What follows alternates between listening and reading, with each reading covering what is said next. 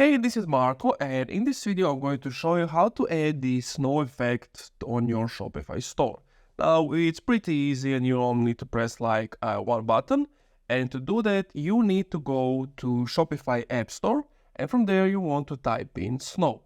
Now, these are the ones that are advertising themselves, but which I would recommend is, so for example, let's say 3D seasonal effects.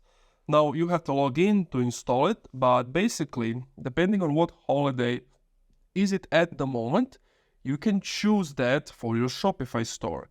Now, as you can see, they have like a Black Friday for your Christmas and etc. You can add the hearts and everything.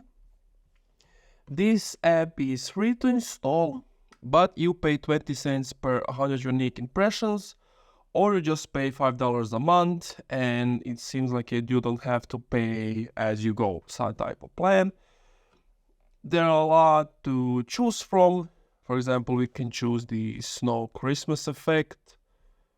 This is also one you can choose. It has $9.99. And that's pretty much it. That's how you install the snow effects or any other effects you want.